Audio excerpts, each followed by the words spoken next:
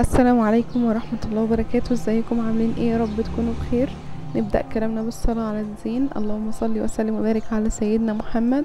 فيديو النهاردة كده روتين يوم الجمعة. يوم الجمعة ده احلى الايام، يعني تقريبا اغلب الناس بتحب اليوم ده. بيكون يوم مريح كده ويوم فيه روحانيات فظيعة. فالمهم انا كنت في اليوم ده عايزة انضف اوضتي، فكان عندي اول حاجة غسيل. كنت عايزة ألمه كده في السبت، فبدأت بأن أنا ألم الغسيل بتاعي عشان طبعا هنفض وهكنس فيكون في تراب فما يتبهدلش على البلكونة. فخلاص انا طبعا برضو بحب الم الغسيل بتاعي ويكون خلاص يعني الشمس نزلت عليه. ما بحبش ابدا المه في الضلة، ما بحبش، يعني لازم الشمس تيجي عليه والمه هو والشمس لسه عليه، او بعد ما الشمس تمشي من عليه بس بشوية بيكون في النهار. ما بحبش يعني الم الغسيل بتاعي الصبح بدري او بالليل، ما بحبش كده خالص. بحب ان هو الشمس تطلع عليه كده، بحس ان الشمس بتطهره، تديله نضارة كده وريحة حلوة. يعني انا احيانا الهدوم لما بتكون مبلولة او مش مبلولة او بتكون في وقت مثلا بروح بلمها في وقت لسه مفيهوش شمس، بحسها كده فيها ريحة زفارة. معلش في اللفظ بس ده فعلا اللي بيحصل. لكن لما بيكون نزلت عليه الشمس وكده لا، الغسيل بيكون ريحته حلوة جدا ومفهوش يعني مفرود، تحس اصلا الهدوم كده مفرودة. تمام. فانا هنا بدأت خلاص الم الغسيل بتاعي وبرضه هطبقه معاكم في الفيديو. كده كنت خلاص كنت غاسلة كمان البياضات بتاعة الانتريه. برضو لميتها وهبدأ ان انا اطبق. سوري طبعا على منظر الذباب بما اننا مفتحين الدنيا والشبابيك والبلكونة والشمس داخلة وكده، فطبيعي هيكون في ذباب، فبعتذر طبعا على المنظر ده.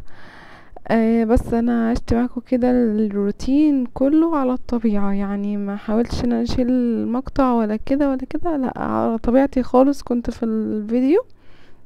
واتمنى طبعا اتمنى ان الفيديو عجبكم، ولو عجبك الفيديو ما تنسيش تعملي لايك واعملي لي اشتراك لو اول مره بتشوفيني عشان بس تشجعيني. هنا خلاص كنت بدأت ان انا اطبق الغسيل. ببدأ اطبق هدوم ابني، بجمع كل طقم سواء خروج او بيتي، بجمعه مع بعضه كده وبطبقه، بحيث لما اروح اجيب له هدوم مثلا بياخد شاور خارجين، لا بيكون الطقم كله مع بعضه جاهز. ما بلاقيش مثلا تيشيرت وادور على البنطلون او العكس يعني. لا الطقم كله بحطه مع بعض وبطبقه. هنا كان خلاص يعني نفسي راحت على المشبك وكده، فرحت رميت الهدوم مش وقتها خالص، هنروح ناكل مشبك ونرجع نكمل تطبيق الهدوم. زي ما كنت بقول لكم الهدوم بحب اجمعها الطقم كامل على بعضها علشان ما تهش يعني، او اما اجي اجمع الطقم يكون كله كامل على بعضه. اما بالنسبه للهدوم الداخليه القطن الصغيره دي، بلفها رول علشان بحطها في المنظم بتاعه في الدولاب. تمام. يعني برضو مش بحب اطبق الهدوم الداخليه خالص، لا بحب اعملها رول كده بحطها في المنظم، اسهل لي واحسن لي بكتير يعني. هنا كنت كمان بطبق البياضات، مش هفرشها على طول لان انا لسه محتاجه انضف اوضه الانتريه. عايزه تنضف وكده وبعدين هفرش الكفر بتاع الانتريه.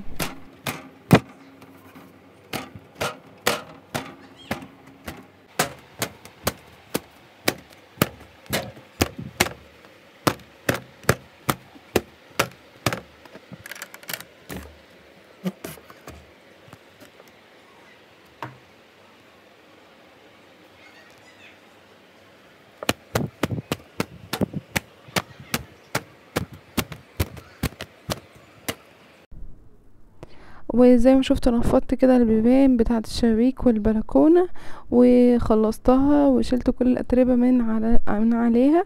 رحت هنا عند التسريحه بتاعتي كانت يعني ما شاء الله رأسا على عقب زي ما بيقولوا، متبهدله خالص. هنا كنت بوريكم ايدي من ساعه ما كنا في اسكندريه في المصيف، فهي اتصبغت هي ووشي ورجليا، فمش راضيه ترجع ابدا. يعني بقالنا شهر كده ولسه ما رجعتش لطبيعتها، يعني لسه معلمه اصلا سايبه علامه. في علامة فيه كده مكانة الهدوم كده على ايدي، حامية ايدي من الشمس، كان اللون، والكف نفس اللون، ووشي برضو هكذا، يعني مكان الطرحة مقسوم نصين لونين، ورجلي نفس النظام. ف بما اني بستخدم الحاجات دي كلها برضو ومش بتأثر، كنت بحط سان بلوك وكل حاجة، بس برضو اتعلم علينا جامد هناك، يعني سودينا بشكل ما شاء الله. مش مشكلة. المهم كانت يعني اتبسطنا كده، والدنيا كانت حلوة الحمد لله. انا بشيل كل حاجة من على التسريحة علشان برضو انفضها كده كويس من التراب، والمعها وارجع كل حاجة ارصها زي ما كانت، بس ايه، على نظافة. تمام. هتلاقوا طبعا مناديل كده مثلا في الارض كده، انا مكان ما كنت بنظف او بشيل الحاجات من مكانها، الحاجة اللي انا مش محتاجاها او ملهاش اي ستين لازم برميها على الارض، لان كده كده هكنس. هنا الكمود، الاتنين كومودينو، يعني كنت برضو بنفضهم كده بشيل انا عليهم المفارش بتاعتهم، وده الظهر بتاع السرير برضو كنت بنفضه، والستارة كانت دي على شباك المنور برضو كنت بنفضها، وده الكوميد مش عارفة في ايه، الكومود التاني برضو كنت بشيله. كنت بشيل مفرش من عليه وهنفضه برضو نفس النظام.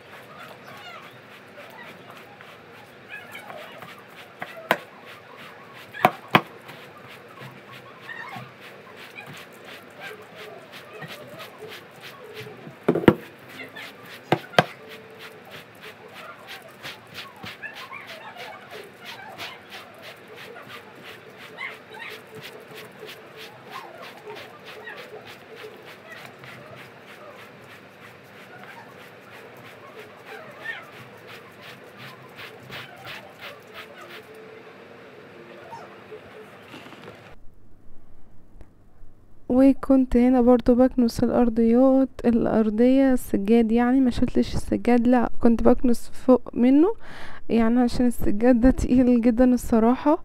هي كانت سجادة قطعة واحدة، وانا كنت قصاها ومسرفلاها وكده، فعملها حتت يعني في الأوضة، بما انه الأوضة واسعة والكده.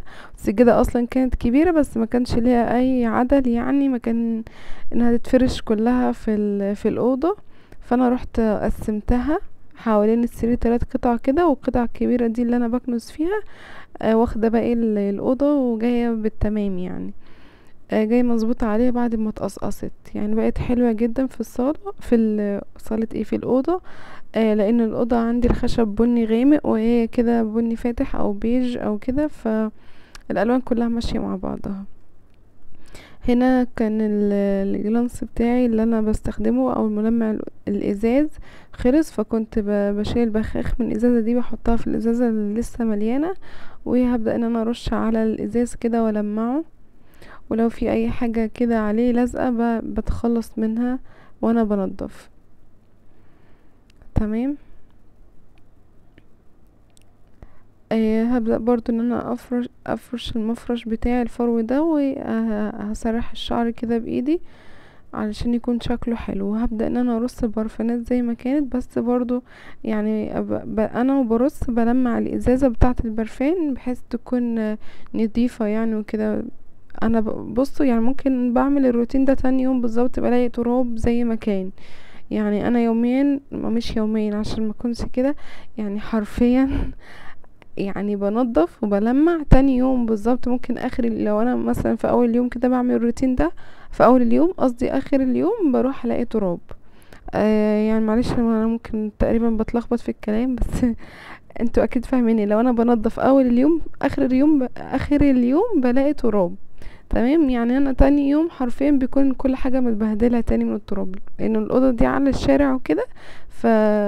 ففي تراب، لانه كمان في حفر عندنا في الشوارع علشان المجاري وكده، متبهدلة خالص الشوارع عندنا. فربنا يعينهم يخلصوا بقى عشان يخلصونا والشوارع ترجع زي الاول، نتمنى يعني. لكن هما ما شاء الله يعني يومهم بسنة، فالله المستعان.